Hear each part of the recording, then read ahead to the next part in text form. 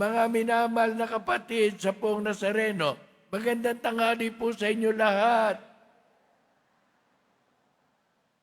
Narinig ninyo sa Ebanghelyo ngayon kung paano ang mga Hudyo, yung mga kumakalaban kay Jesus, ay tinangkang batuhin siya, patayin sa pamagitan ng pagbato.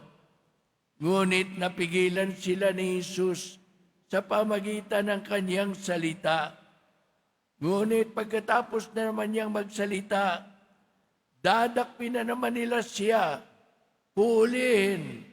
Ngunit sabi sa atin ni San Juan sa Ebanghelyo, nakatalilis si Jesus, nakaiwas sa kanila, nakatakas, hindi nila nasaktan, hindi nila napatay. Ngayon, ayaw ba ng ating Panginoon na siya'y mamatay? Hindi. Siya na rin na nagsabi, eto, sabi niya, walang kukuha ng aking buhay sa akin. Kusa kong iaalay ito. May kapangyarihan akong ialay ang aking buhay at kunin muling ito. Ito ang utos na galing sa Ama para sa akin. Yan ang dahilan. Darating ang araw, iaalay niya ang kanyang buhay. Haharapin ang mga huhuli sa kanya at sasabihin niyang, sino ang hinahanap ninyo?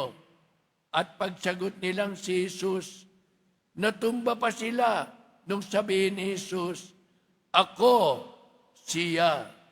Natumba sila.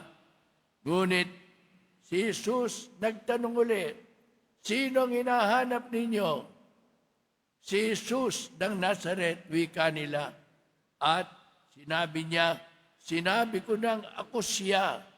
Kung ako ang gusto ninyo, pakawalan ninyo itong mga kasama ko. Kusang loob siyang mag-aalay ng kanyang buhay.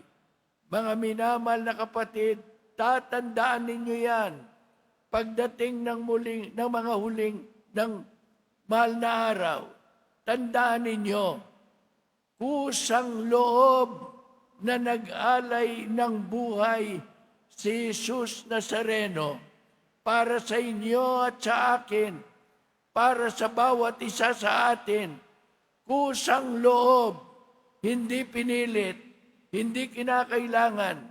Ngunit sa pagsunod sa kanyang Ama na gustong iligtas tayo, inialay niyang kusa ang kanyang buhay.